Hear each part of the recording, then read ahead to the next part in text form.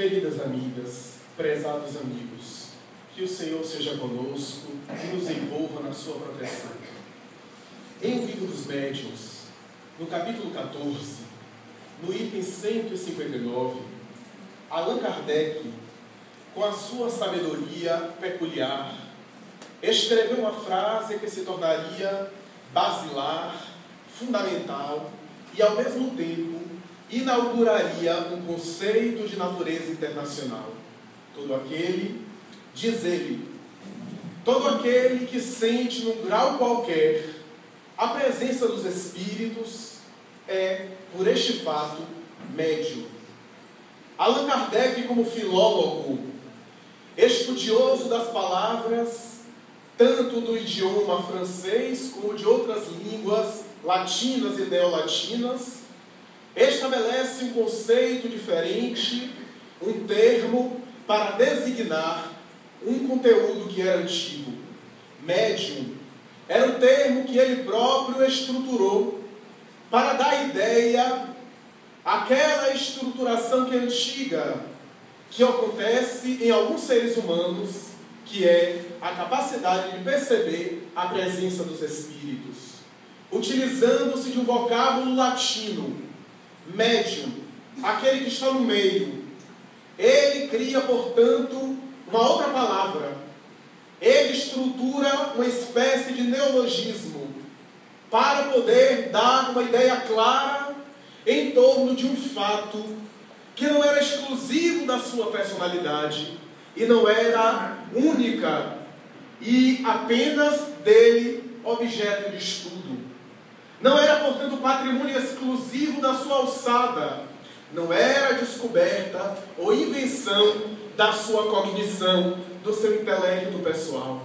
Tratava-se de um conceito antigo, mas que recebeu ao longo dos tempos variada denominação. Terminologias as mais complexas, algumas das quais supersticiosas, e que agora merecia do egrégio codificador uma palavra clara, médium, aquele que está no meio. E ele vai dizer nesse item, todo aquele que sente num grau qualquer a presença dos espíritos é, por este fato, médium. E continua dizendo, é por isso que podemos concluir que todas as pessoas são médiums, porque todas elas sentem a presença dos espíritos em maior ou menor grau de intensidade. Usualmente, no entanto, continua ipsiliteris, o codificador, nós chamamos médium aquele em quem essas manifestações se exteriorizam de caráter ostensivo, de forma violenta, de maneira abrupta e clara, transparente, diante do qual ou diante do que não há qualquer dúvida. Médium, portanto, é todo aquele que sente a presença do mundo espiritual. Allan Kardec, então, chega a estabelecer que a faculdade mediúnica é da humanidade. Portanto, está presente no ser humano. Porque todos temos a capacidade de entrar em sintonia com o mundo e invisível ao nosso lado, ao nosso redor, graças ao qual nós recebemos influência, temos intuições, somos vítimas de inspiração, que não deixa de ser uma manifestação de ordem mediúnica. A mediunidade, portanto, é geral, não obstante aqueles médiuns usualmente, como diz Allan Kardec, assim o classificados, o são por causa das manifestações abruptas, ostensivas, que ele vai estudar na mesma obra referida. Estabelece, portanto, Allan Kardec a mediunidade fora dos terrenos da superstição e do tabu, estabelecendo, portanto, algo que é geral, que é da humanidade, à semelhança da inteligência, da aptidão cultural, das aptidões, por exemplo, da memória, a aptidão artística, a aptidão literária, que todos nós possuímos, em maior ou menor grau acentuados. Todos nós possuímos manifestações de inteligência, mas temos níveis de inteligências os mais diversos.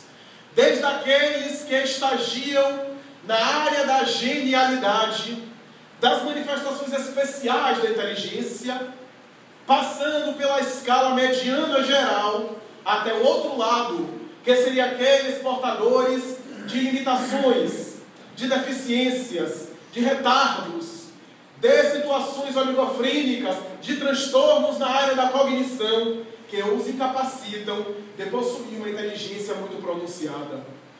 A semelhança da inteligência, a mediunidade é uma faculdade humana. Faculdade essa que se exterioriza através de um corpo, o corpo físico e de células específicas neuroniais. No entanto, quando nós dizemos que fulano ou beltrano é médium, que alguém é portador de uma faculdade mediúnica, quase sempre na prática, no senso comum, estamos dizendo que ele é portador de uma faculdade mediúnica ostensiva, porque médiuns, repetimos, somos todos nós. A faculdade mediúnica, portanto, está aí, na história, para ser examinada. Kardec chega a dizer que é, ainda no mesmo livro dos médiuns, uma faculdade neutra. E ele explica por quê. Porque não depende do moral ou da moral para se manifestar. A semelhança da inteligência, indivíduos há que possuem inteligência muito desenvolvida, mas utilizam-na para a perversidade, para os seus interesses pessoais, para o seu ego. E outros que utilizam das mesmas faculdades intelectuais para o serviço em relação à humanidade e para o fomentado progresso. Trata-se da mesma manifestação direcionada para um ou para outro sentido. A faculdade mediúnica é neutra, não é boa nem má do ponto de vista ético-moral. O uso que se lhe faça é que tornará um instrumento de dignificação humana ou um objeto de perversão, de destruição, de agressividade. Trata-se, portanto, de uma manifestação humana que merece a nossa consideração, porque a faculdade mediúnica, repetimos, está presente em vários momentos ancestrais. Desde a cultura hebraica, onde os médiuns eram chamados de profetas. Anteriormente ao próprio período da cultura hebraica ancestral, teríamos no Antigo Egito os médiuns sendo designados sob a alcunha de hierofantes, ou então sendo chamados na Índia antiga de rishis, ou então na Grécia, do período do grande florescimento filosófico, do período do século V de Péricles, por exemplo, sendo denominados os médiuns de oráculos, pitons e pitonisas, por quem os deuses se manifestavam. Ou em Roma, no antigo Lácio, onde os médiuns eram caracterizados como sibilas, portadores de fenômenos místicos, transcendentais, E se nós formos examinar em cada cultura, perceberemos sempre uma denominação para aqueles que entravam em estado de consciência alterada, que sintonizava com o mundo propínquo, com o mundo metafísico, e que em cada cultura foi travestido esse fenômeno, foram travestidas essas manifestações com uma designação e uma perspectiva muito peculiar. Contato com os deuses. Na Idade Média, os médiuns eram vistos como bruxos e feiticeiros, alguns dos quais divertiam as cortes obscenas de alguns reis, rainhas e nobres, porque eram vistos como portadores de malabarismos, de ilusionismos, divertindo as massas. Os médiuns, ora eram perseguidos no passado, ora eram vistos como uma superstição, portadores de um carisma, de um dom, de uma peculiaridade que os colocava acima dos homens normais. Ou então, mais tarde, em razão do avanço da psiquiatria e das ciências acadêmicas do século XIX, encontramos os médiuns sendo perseguidos e caracterizados como sendo portadores de excrescências psiquiátricas, de fenômenos psicopatológicos, de alucinações, ou portadores de personalidades múltiplas, personalidades anômalas, cisões de personalidades em que, em transe ou pseudotranse, essas personalidades que estariam no seu subconsciente emergiriam, assomando a sua consciência e perturbando o indivíduo. Era, portanto, a configuração que se dava àqueles indivíduos que eram vítimas do fenômeno mediúnico, sendo catalogados, todos eles, como portadores de patologia. Não que as patologias também não existam, mas eles todos eram assim classificados, sem o exame acurado que a faculdade mediúnica assim o exige. Allan Kardec vai dizer, ainda na mesma obra, que é uma certa predisposição orgânica. E quando ele assim escreveu, não havia nada que pudesse provar essa afirmação. Ele recebeu do mundo espiritual essa afirmação, mas esse conceito ficaria para que o futuro pudesse provar ou refutar essa ideia. A faculdade mediúnica seria uma certa predisposição orgânica, o que é que vai dizer? Estaria radicada no próprio organismo do indivíduo.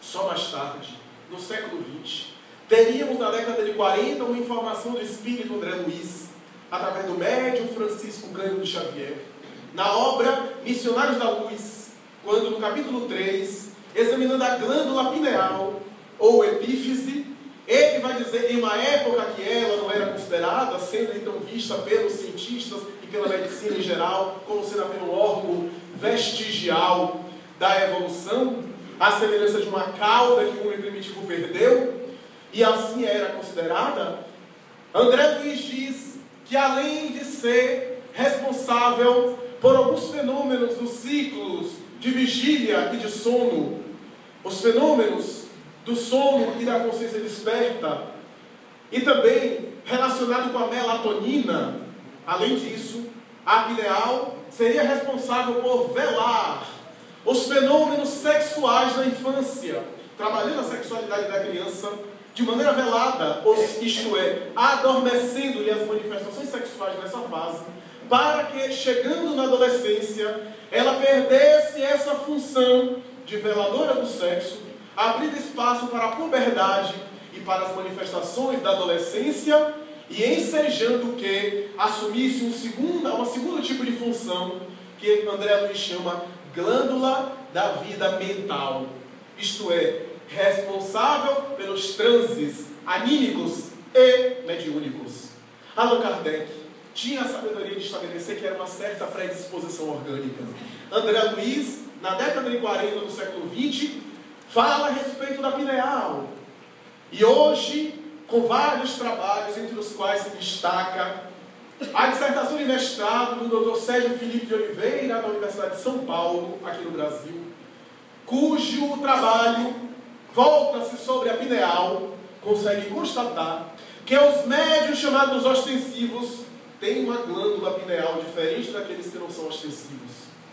Tem uma conformação, uma configuração muito específica, guardando inclusive rochas pedras, minerais em uma grande quantidade, em detrimento daqueles que têm pouca quantidade, que seriam os médios não ostensivos, e que essas pedras, esses minerais, teriam propriedades eletromagnéticas. Sérgio Felipe consegue perceber e confirmar a tese de Allan Kardec, de que a faculdade mediúnica tem uma dimensão orgânica, isto é, o médium ostensivo tem um sistema neurológico, uma estrutura cerebral compatível com o transe mediúnico, com as manifestações do mundo espiritual, porque a faculdade é do espírito, como toda faculdade é do ser. A inteligência do indivíduo não é do cérebro. A aptidão para desenhar, para pintar, é sempre do ser. Mas que se manifesta através do corpo, de células específicas, a semelhança de um pianista que muitas vezes tem uma mão alongada para tocar piano, uma agilidade nas mãos, porque ele pode ter a habilidade musical, mas se ele não tivesse mãos, ele não poderia tocar. Então, a faculdade é do indivíduo, mas o corpo é o instrumento através do qual as manifestações se expressam. Allan Kardec, na sua sabedoria, no Livro dos Médiuns, assim já havia estabelecido. A faculdade mediúnica é histórica, como dissemos. Em um belo trabalho, uma monografia, o professor Hernani Guimarães Andrade, engenheiro e parapsicólogo aqui no Brasil, já falecido, estabelece que no período paleolítico, os homens já percebiam a presença mediúnica, porque tinham superstições de colocar caveira ou crânios na porta das cavernas para expulsar os mortos que voltavam para se comunicar e para atormentar as criaturas humanas. E aquela cabeça voltava sempre para o oeste, para o oriente. Aquela cabeça, aquela caveira de cadáver, era uma forma de superstição de que aquele ali poderia proteger as furnas, as cavernas das almas dos mortos que voltavam para se comunicar. A Bíblia, o Bhagavad Gita, os Upanishads, os livros sagrados de toda a religião, falam de comunicação com os chamados mortos. Em especial, citamos a Bíblia, que tem vários fenômenos, não apenas Jesus, que se comunica com Elias e Moisés do Tabor, que volta ressurrecto no terceiro dia depois da sua morte, aparecendo depois de morto a várias testemunhas, mas também outras personalidades, como Moisés, que entra em transe mediúnico, como o rei Saul, que dialoga com o espírito de Samuel, como Simeão, que entra em transe mediúnico várias vezes, ou a própria Maria de Nazaré, que conversa com um anjo, que vinha, um espírito transcendental, que vinha anunciar que ela estava grávida do Senhor. Ou então, as manifestações do Antigo Testamento, que revelam a presença dos mortos que voltam. A parábola de Lázaro, que fala do morto, e alguns protestantes entendem de maneira errada, que se diz que o morto não pode se comunicar. A parábola diz que não se pode ir, daqueles que foram, não se pode ir para cá. A partícula para significa definitivamente, mas se pode ir lá temporariamente para se manifestar, porque o próprio Moisés, em Deuteronômio, proíbe que os hebreus, aqueles que viajavam com ele para a terra prometida, comunicassem com ele. Se Moisés proibiu, porque era possível. Ninguém proíbe algo que não é possível. Não se pode proibir, por exemplo, algo que não se pode fazer. Imagina, por exemplo, Moisés proibindo na época o uso de telefone celular. Não havia. Legislar é estabelecer coibição pelo abuso. É estabelecer leis em relação a abusos, a transgressões. Transgressões que poderiam ser que são possíveis. Então ele proibiu a comunicação com os mortos. Mas se proibiu que eles se comunicassem com os mortos, não podiam proibir que os mortos viessem de maneira espontânea para se comunicar com os homens. E assim foi feito várias vezes, a ponto dele falar de um profeta que profetizava, e ele diz que bom que todos nós profetizássemos como ele, o profeta Joel. Assim é as manifestações que estão na Bíblia, mas que estão também em vários setores. Os santos da veneranda Igreja Católica Apostólica Romana, todos eles eram vítimas de fenômeno mediúnico. Eram, portanto, portadores de mediunidade, desde a mediunidade sonambúlica de Teresa d'Ávila, que em transe muitas vezes sonambúlico via entidades espirituais. Era vítima de psicografia mecânica, de manifestações de clarividência e de vidência à distância. O Santo Antônio de Pádua, vítima de bilocação, de bicorporeidade, de manifestações específicas do desdobramento da personalidade. ou São Francisco de Assis, que em transe provocava os fenômenos mais maravilhosos da Idade Média. E vamos encontrar vários deles: São João Crisóstomo, Santa Brígida da Suécia, Santa Rita de Cássia, que inclusive uma freira católica no passado estabeleceu uma obra chamada Manuscritos do Purgatório, onde ela revela manifestações em um monastério de Roma, onde freiras e padres entravam em transe e se comunicavam com o além. São, portanto, manifestações que estão a toda a prova. Ou o próprio Papa Pio XII, o cardeal Eugênio Pacelli, que dizia ser vítima de transe, e que no chamado Ano Santo, disse ele próprio que, além de ver o Papa Pio X, que era seu amigo que havia morrido, viu o próprio Jesus orientando o rebanho católico e administrando a ele lições extraordinárias para a condução do catolicismo na metade do século XX. Vamos encontrar várias manifestações que são todas à prova. Desde Dante Alighieri, que em transe sonambúlico fora do corpo, via Virgílio, poeta latino, graças a cujos encontros escreveu a Divina Comédia, a maior obra da Idade Média, falando sobre o céu, o inferno, o purgatório, que são termos que ele utiliza para designar regiões diferentes onde os espíritos habitam, ficavam, consequência, dos seus estados de consciência. Até Voltaire, o pai da enciclopédia, que dizia ser vítima de transes, através dos quais ele escrevia obras completas, dormindo e sonhando. Ou então Tartini, o compositor italiano, que escreveu a sua Sonata ao Diabo, o nome que ele deu, enquanto dormia e enquanto sonhava. Ou o psiquiatra suíço e psicanalista Carl Gustav Jung, que foi vítima de vários transes, conforme a sua biógrafa Ariela Jaffé, que fala em uma das suas obras, e mais tarde na sua própria autobiografia, Memórias, Sonhos e Reflexões, Jung vai citar fatos estranhos, muito estranhos, desde um fato em que um amigo seu morreu, e no dia do enterro que ele foi, ao voltar para casa e adormecer, ele sonhou com seu amigo que visitava a sua casa. E o amigo, muito pálido, pediu para acompanhá-lo até a sua residência, a residência do amigo, e ele foi, e chegando lá, viu da biblioteca 5 livros encadernados em tom vermelho, e um deles do escritor francês Émile Zola.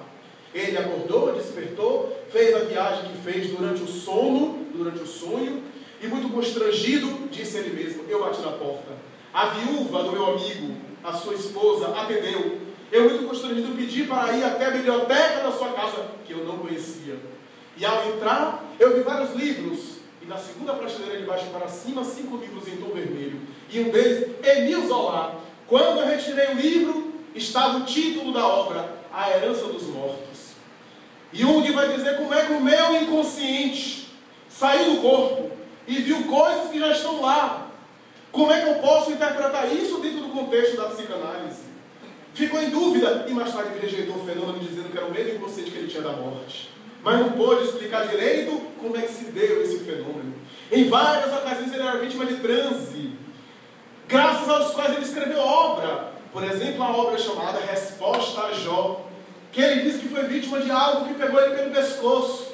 E ele vai dizer mais tarde: se existe alguma coisa como espírito, esse espírito deve ter me pego pelo gogote e me obrigado a escrever com velocidade durante 3 dias e 3 noites. Após o que? A febre que eu tinha e o problema no fígado que eu possuía cessou e a paz voltou a reinar em minha casa. Várias vezes ele sentia um abafamento, compressões no peito, vozes tumultuadas que invadiam a sua mente, e que ele escrevia várias obras. Entre elas, foi assim que ele escreveu o chamado 7 Sermões dos Mortos. Toda a sua vida é feita dessa instabilidade de um paranormal, mas que mais tarde, na mesma obra autobiográfica já referida, ele vai dizer: chego ao final da vida dizendo que eu não tenho certeza de nada, não afirmo nada, não nego nada. A minha vida foi uma grande interrogação e eu não tenho certeza de coisa nenhuma. Era, portanto, a sua conclusão, embora fosse uma mente privilegiada. A sua foi uma vida de buscas, de espécie de conflitos, mas a mediunidade, na época de Jung e um pouco antes, já estava sendo examinada. César Lombroso, o extraordinário antropólogo criminalista, um dos grandes pensadores na época da fisiognomia e da antropologia criminalista, vai examinar vários paranormais, especialmente no seu país, a Itália. Entre eles, Eusébio Paladino, a média italiana, que ele chegava a tratar com violência, chegava a submeter a situações constrangedoras, a amarrá-lo em cadeiras, ali, para que ela não pudesse provocar nenhuma fraude. E em transe os espíritos apareciam e ele conversava, dialogava. Queria pegar ela em fraude, porque deveria se tratar de algum fenômeno ilusionista. Fez várias tentativas. E um dia, em determinada reunião, onde estava ele, a sua filha, também pesquisadora, Paola Lombroso, e a médium, disse: professor Lombroso, hoje os espíritos estão dizendo que tem uma surpresa para o Senhor. Vamos concentrar. Ele começou a concentrar, ela começou a concentrar, e ele ficou, ele vai dizer mais tarde, fiquei na expectativa de pegá-la agora em fraude, alcançá-la e desmascará-la. Quando uma nuvem ectoplásmica se apareceu diante dela, o corpo dela tombou, porque ela invariavelmente desmaiava em transe, e aquela nuvem foi se modificando, até se apresentar numa imagem que eu conhecia, e eu tombei começando a chorar. Era minha mãe. Minha mãe vinha e dizia: meu filho, qual é o filho que não reconhece a própria mãe? Tratava-se de minha mãe. E esse pesquisador se torna adepto do fenômeno mediúnico. Charles Richer, Prêmio Nobel de Medicina de 1913, considerado um dos pais da fisiologia contemporânea, vai examinar vários paranormais, entre eles os irmãos Davenport, a senhora Bisson, a senhora Elizabeth de Perrance, os grandes médios como Daniel Douglas Home e outros, Florence Cook e outros médios que passou pelo seu exame, que Eva Currier, por exemplo, que também passou pelas suas investigações, e depois de muito examinar, ele vai dizer que existe um sexto sentido, acima dos 5 sentidos, examinados pela fisiologia acadêmica, dando, portanto, a sua documentação, a sua manifestação. E logo, na mesma época, encontramos William Crookes, considerado o maior químico e físico da década de 70 do século XIX. Esse homem, que descobriu os raios catódicos, que é considerado um dos pais da física nuclear contemporânea, que era a maior autoridade da época, examina a médium Florence Cook, de 15 anos, que disse a ele: eu estou indo ao Senhor, porque o Senhor é uma pessoa respeitada na ciência, e eu quero que o Senhor seja honesto comigo.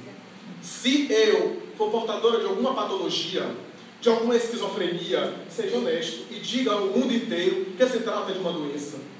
Mas se aquilo que acontece comigo é verdadeiro, é autêntico, eu quero pedir ao Senhor que seja honesto e também declare ao público.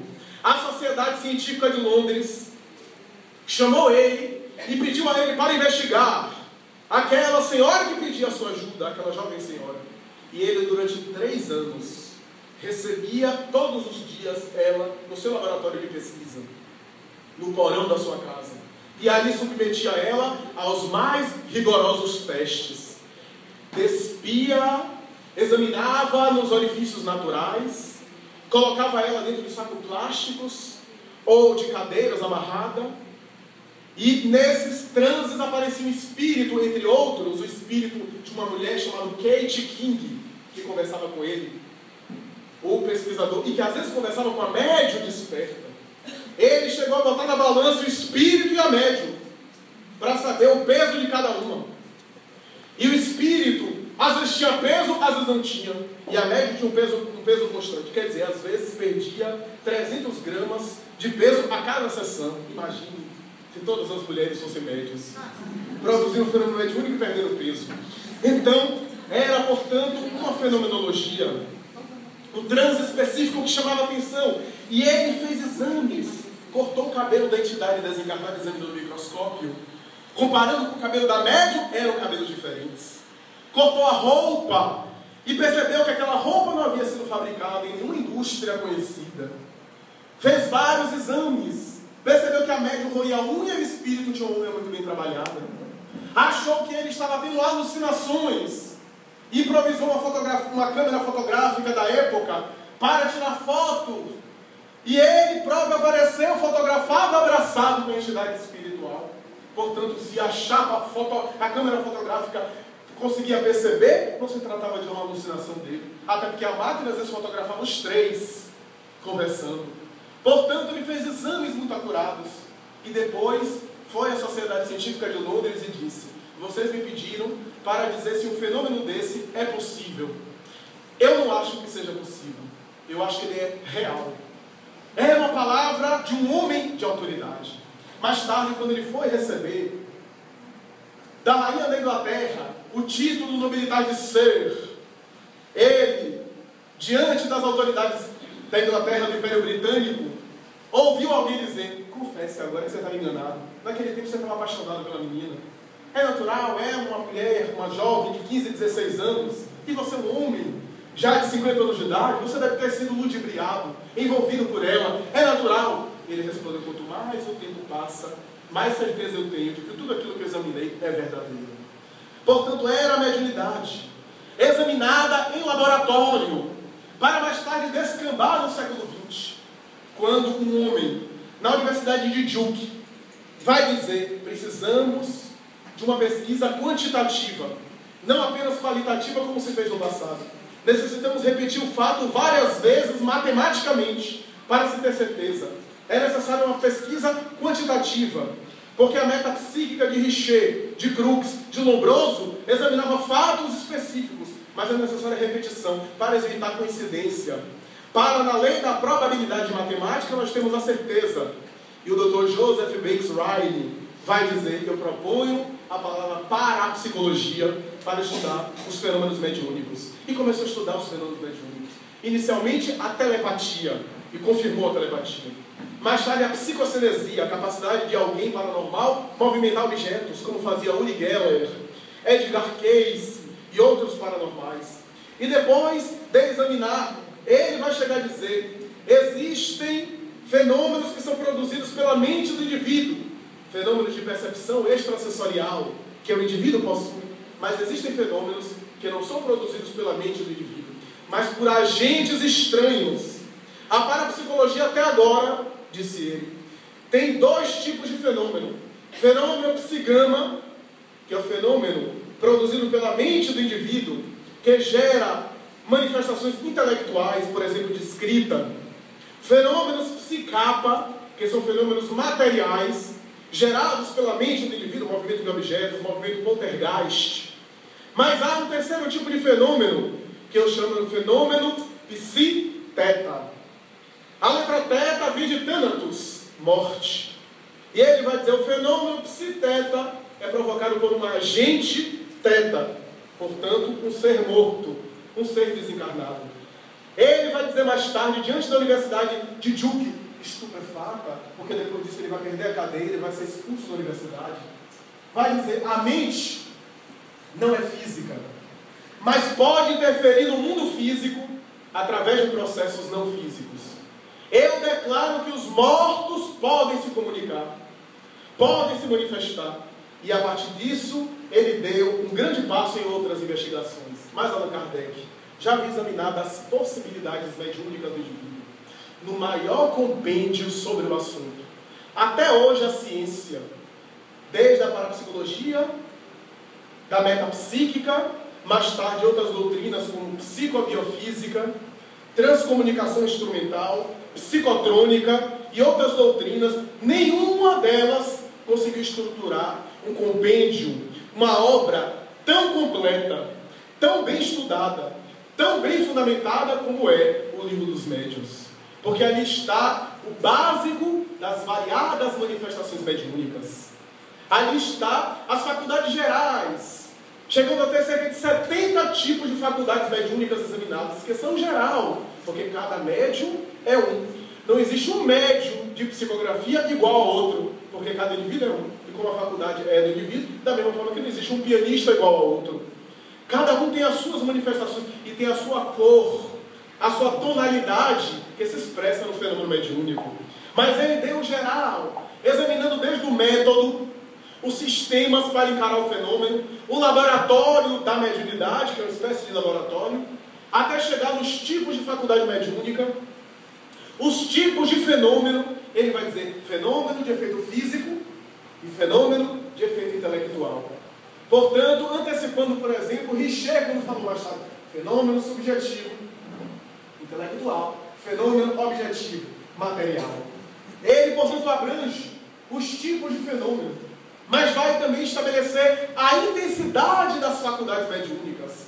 Desde, por exemplo, a faculdade intuitiva, que é o pensamento que vem e o indivíduo escreve ou o indivíduo fala, até a faculdade semi-intuitiva ou semi-consciente, ou no caso da psicografia, semi-mecânica, onde o indivíduo escreve, por exemplo, embora esteja consciente, a sua mão move sem a sua vontade.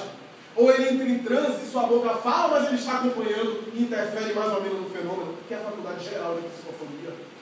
Até o fenômeno intenso, que ele chamava fenômeno inconsciente ou sonambúlico, onde o médium entra em transe, que são raríssimos médiuns que entram em transe e praticamente não interferem nas comunicações.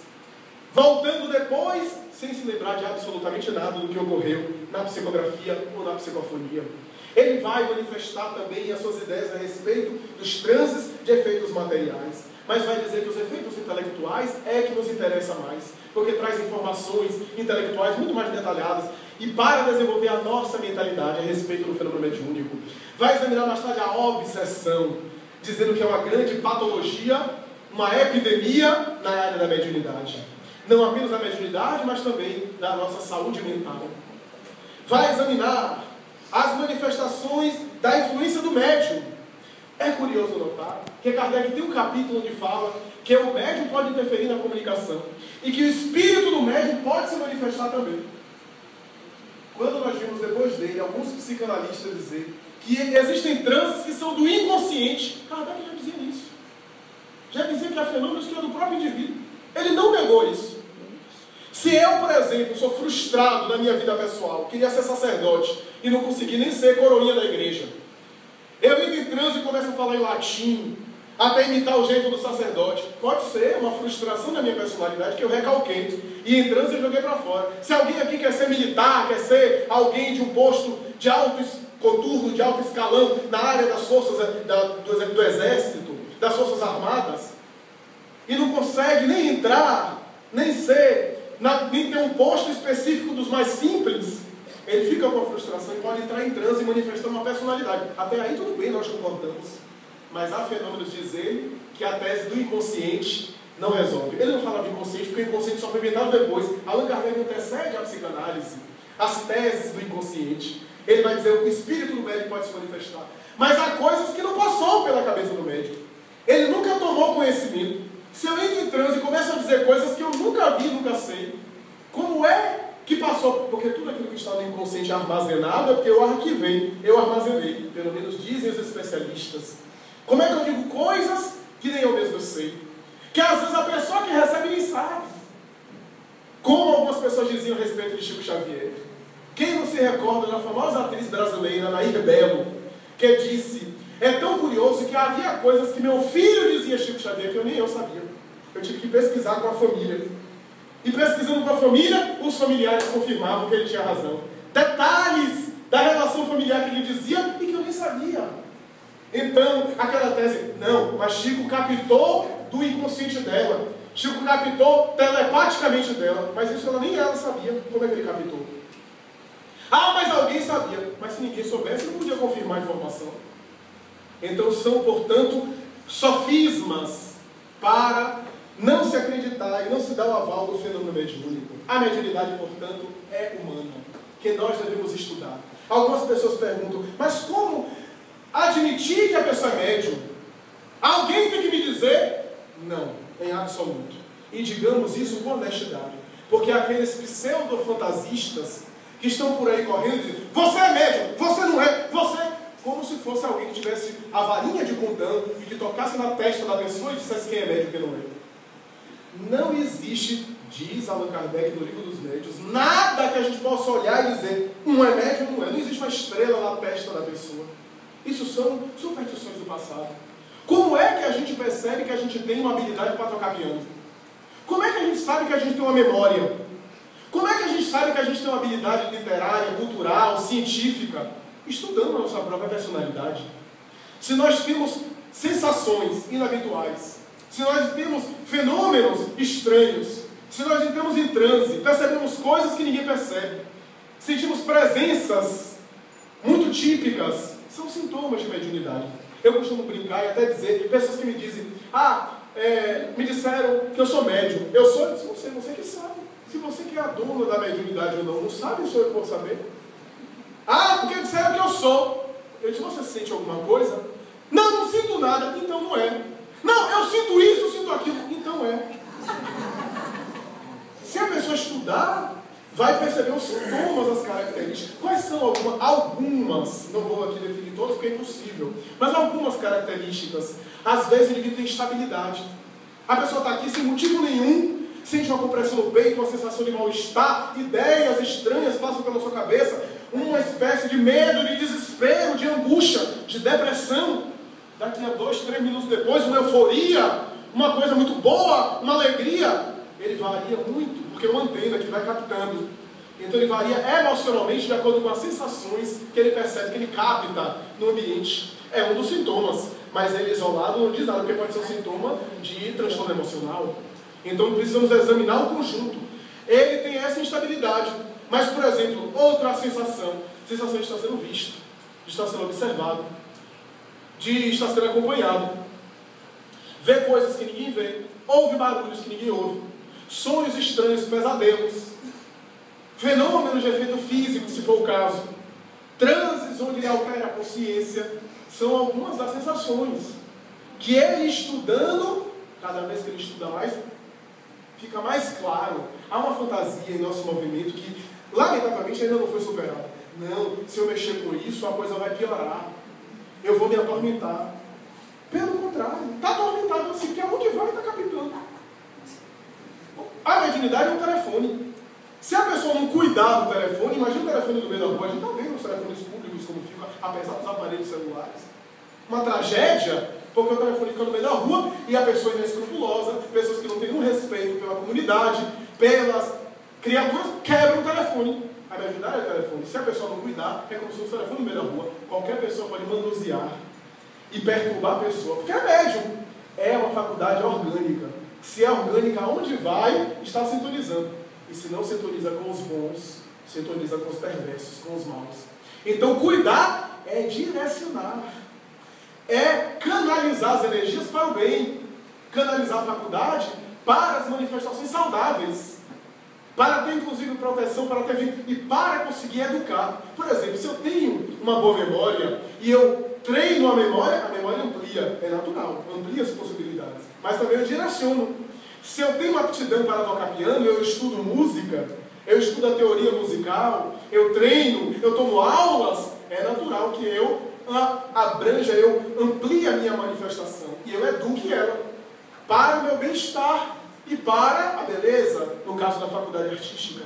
A faculdade mediúnica é a mesma coisa, o indivíduo, ele não desenvolve no sentido de forçar, não, vai para o centro, pode desenvolver, o centro não vai desenvolver.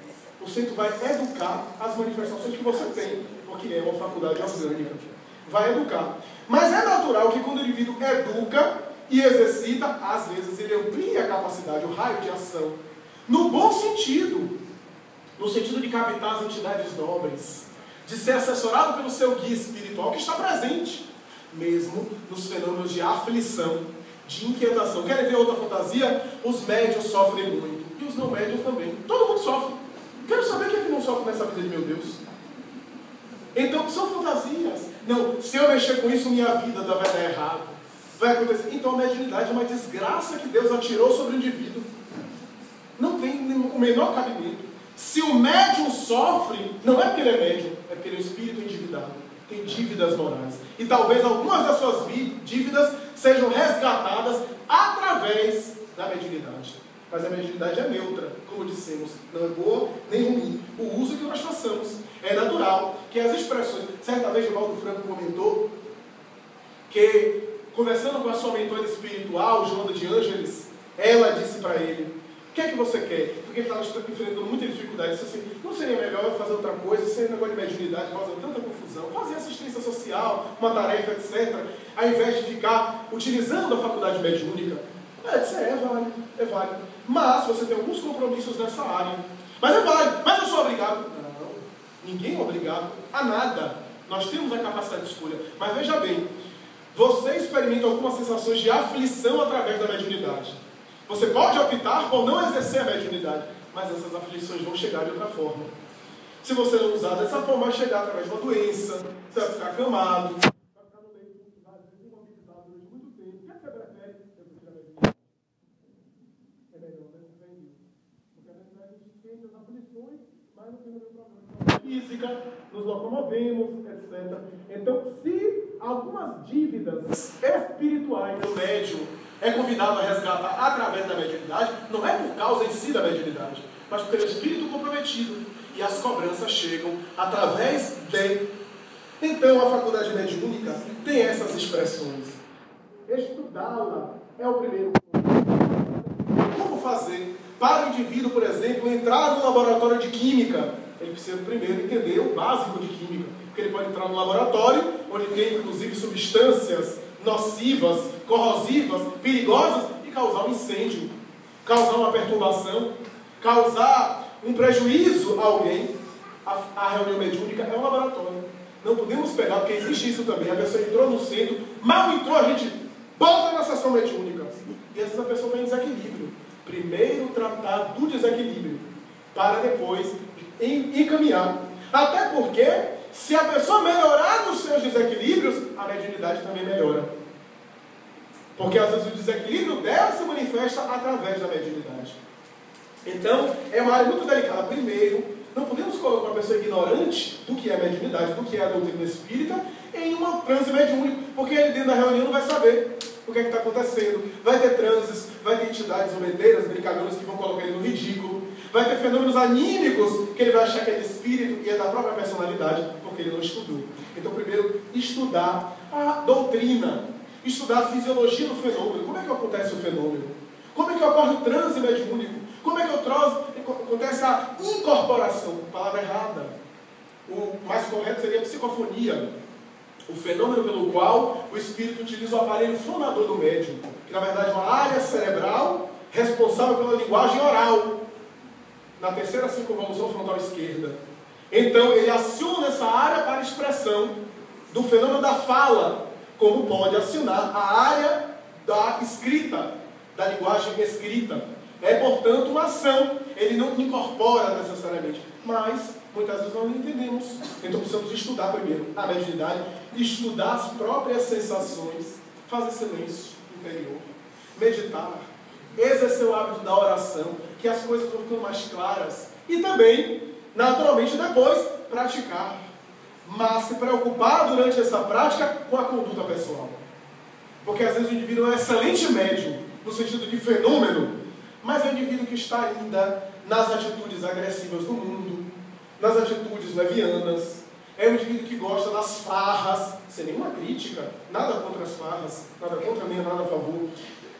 É um indivíduo que gosta dos excessos de toda sorte.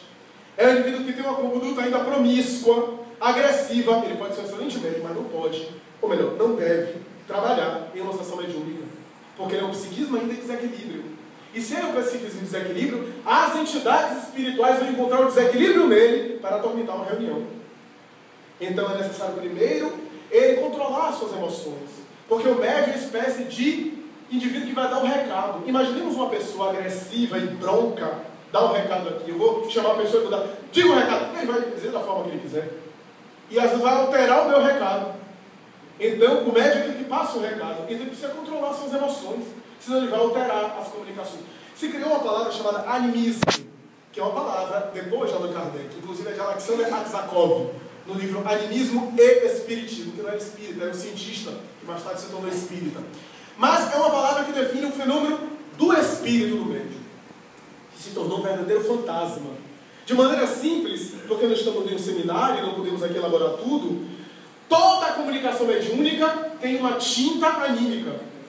Da mesma forma que eu falo aqui, esse microfone altera a minha voz, sempre vai passar pelo microfone. O médium é uma espécie de microfone. Agora a preocupação do médium é que ele filtre a mensagem autêntica e não interfira com as suas presunções, com seus conteúdos. Porque sempre vai passar pelo vocabulário dele, pelo material que ele tenha, os elementos que ele tem. Daí o médium, cada vez que estuda mais riqueza ele oferece aos espíritos, do material material. Então, é necessário estudar, melhorar-se.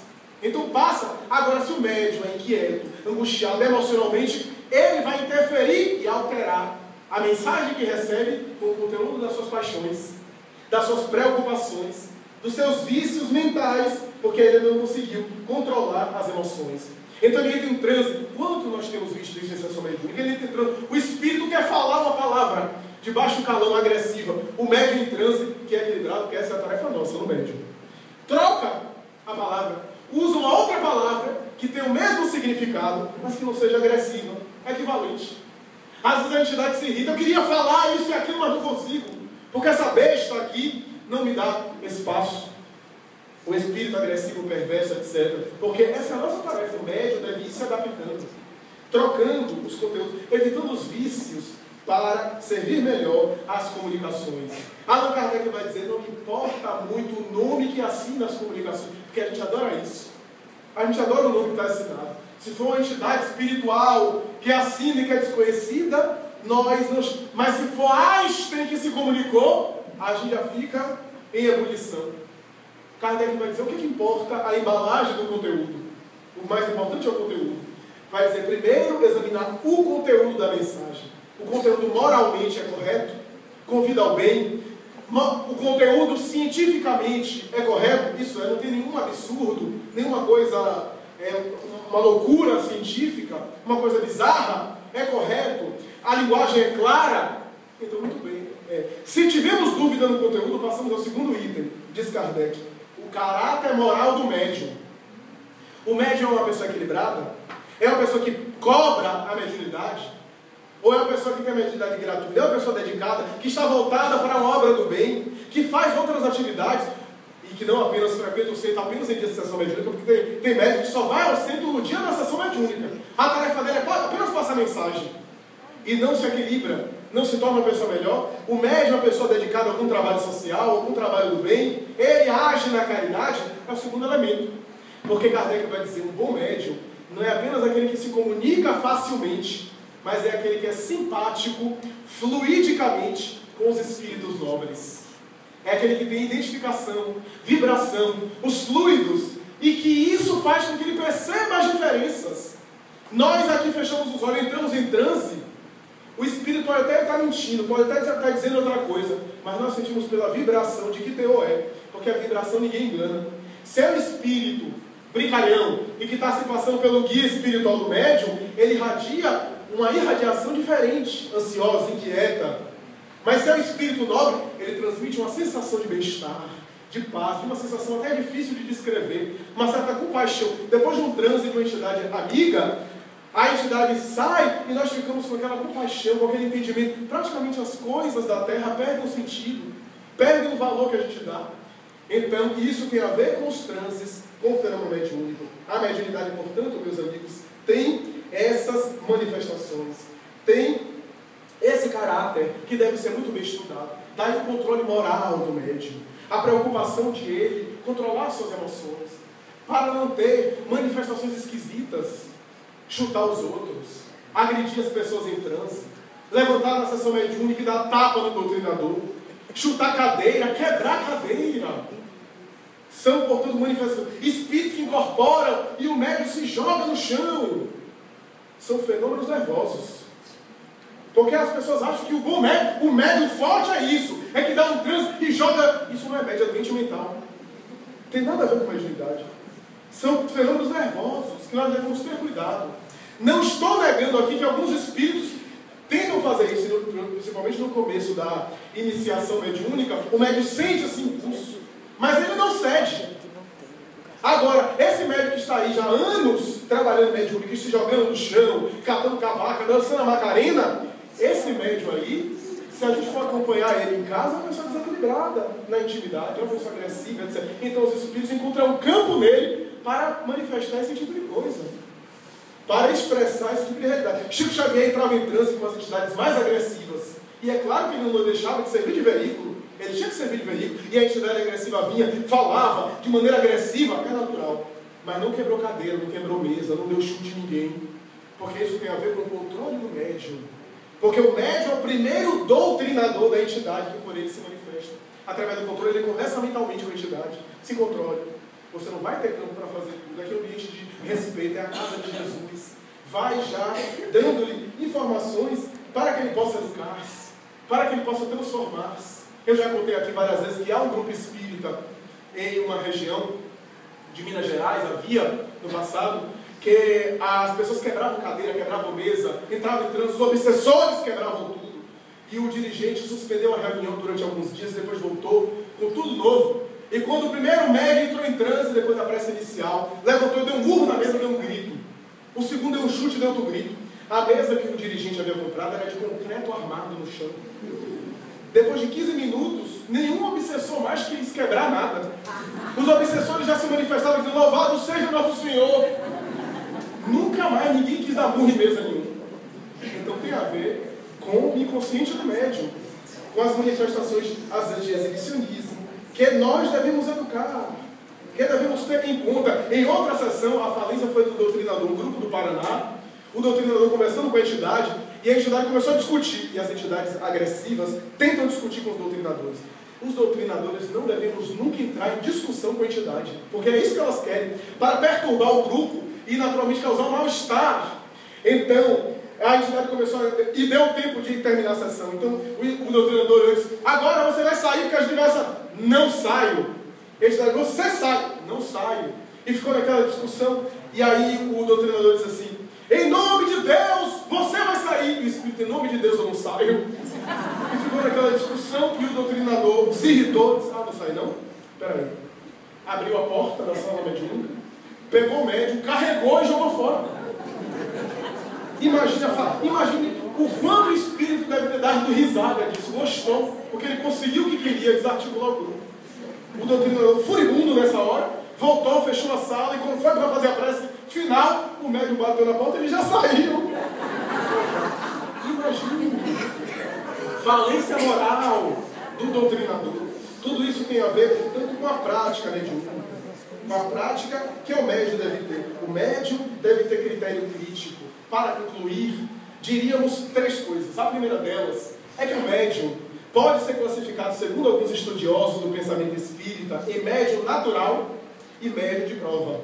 O médium natural, como a mediunidade é uma faculdade humana, e à medida que nós evoluímos ao longo das gerações, as nossas percepções tendem a ficar cada vez mais acentuadas, de intuição, e no futuro todos nós teremos essa faculdade natural, a faculdade mediúnica natural, a telepatia, a intuição, de maneira mais acentuada, e estamos ao longo do processo reencarnatório, ao longo das encarnações, adquirindo isso, é a faculdade natural.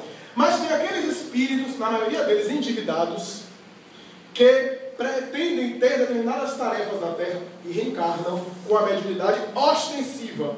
E aí que chama a atenção, quase sempre a mediunidade atormentada, feita de muitas inquietações, de muitas aflições, porque aqueles que são as suas vítimas, ou aqueles que são perturbadores do passado, que encontram ele novamente. Então, essa é uma tarefa nobilitante. Daí, a disciplina na faculdade mediúnica, o critério crítico. O médium não é uma pessoa infalível. O fato dele ser médium quer dizer que ele saiba de tudo. A segunda coisa que eu queria dizer é a respeito do critério crítico, que evita a gente tomar em obsessão. Na década de 70, Chico Xavier, certa vez, em uma reunião, na Vila dos Pássaros Pretos, disse de maneira muito sucinta o seguinte: eu acho que no futuro, com estudiosos da língua portuguesa, o Evangelho segundo o Espiritismo pode ser modificado.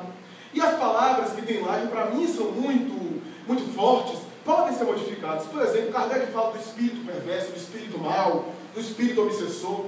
E ao invés de espírito mau, a gente poderia colocar um espírito menos bom.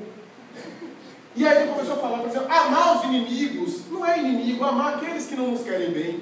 E na sensibilidade de Chico ele foi sugerindo essas coisas, mas falou sem compromisso. Godoy Paiva e algumas pessoas da Federação Espírita do Estado de São Paulo presentes ouviram aquilo e resolveram fazer uma edição especial do Evangelho segundo o Espiritismo, trocando todas essas palavras. E publicou uma edição, essa edição. O professor Herculano Pires, que na época estava encarnado, chamou Chico Xavier, porque ficou sabendo que foi uma influência de Chico Xavier, escreveu uma carta dizendo que aquilo era uma adulteração, que estávamos adulterando o Evangelho, que aquilo era um crime e um perigo, que Chico Xavier se pronunciasse a aquele respeito, porque espírito mau é diferente de espírito menos bom. Espírito menos bom pode ser espírito ignorante, que não sabe nem o bem e o mal. Mas o espírito mau é aquele que se caracteriza pela prática do mal. Se Chico Xavier é tão bom que não considera ninguém mal, é uma coisa dele. Mas não podemos agora adulterar o Evangelho, porque senão vamos pegar agora a obra de Shakespeare, que ele escreveu lá atrás, vamos agora pegar a obra de Camões, que vamos pegar a Bíblia agora e trocar as palavras. Vamos adulterar tudo. É necessário preservar as palavras que foram utilizadas, mesmo que nós tenhamos que estudar um pouco mais hoje. Então, Herculano Pires se movimentou. E Chico Xavier teve a nobreza moral de chegar em público e dizer: toda a culpa é minha.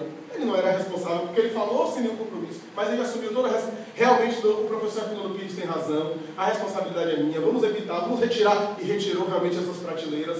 Graças a isso foi lançada uma obra da época, A Hora do Testemunho, onde fala sobre essa polêmica no movimento espírita.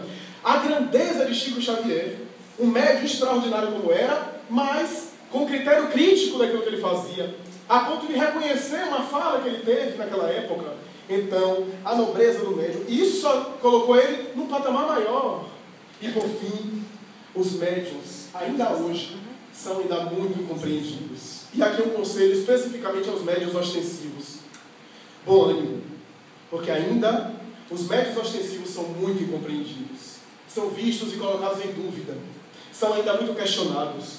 Permanecer no posto de trabalho, não entrar em discussões, em atritos, ser o veículo das manifestações, mesmo que sendo colocado em prova e em dúvida. A nossa tarefa como médium é servir de instrumento e deixar que os outros examinem ou não o conteúdo das mensagens.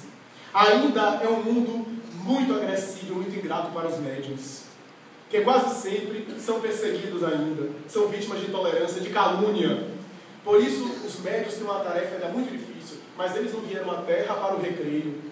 Tem uma tarefa muito nobre, muito específica no mundo, e por isso precisam de muita disciplina e muito recolhimento, muito silêncio interior. Para concluir, portanto, gostaria de narrar um último episódio que ilustra isso, que eu já contei aqui. Chico Xavier, certa vez, mandou uma carta para um dos seus companheiros, na época, dizendo: você não sabe o que é a mediunidade. A mediunidade não é só psicografar e as pessoas gostarem da obra e ler. Eu me recordo que um dia eu psicografei uma mensagem e dei para um amigo meu. Era a mensagem do Dr. Bezerra de Menezes. E meu amigo, porque não gostou da orientação que ele recebeu, rasgou-a e atirou na minha face. Eu suportei tudo na presença das pessoas presentes. Não disse uma palavra. Logo depois chegou outro amigo, me pediu uma orientação. Eu entrei em transe, o Espírito Emmanuel veio, eu sabia que a mensagem era verdadeira. E depois de psicografar, eu dei a mensagem para meu amigo. E porque a orientação não atendesse às suas paixões, ele rasgou a mensagem e escarrou na minha face. Eu aguentei tudo na presença dos meus amigos. Não disse uma palavra. Mas quando cheguei em casa, não pude aguentar as lágrimas e chorei. Emmanuel me apareceu e me disse: não fique triste. Se uma coisa dessa se repetir novamente, e alguém perceber que tu estás com a saliva do teu irmão na tua face, tu dirás: não deve ter chovido. Porque a mediunidade é esse desafio. É esse convite à abnegação. E Divaldo Pereira Franco, aqui na Bahia, costumava dizer no passado, quando João de Dionísio apareceu ao psicografar Messe de Amor, ele diz: olha, esse está o livro, mas a parte que ele toca é essa. E com uma flor, ela foi tirando uma flor e jogando.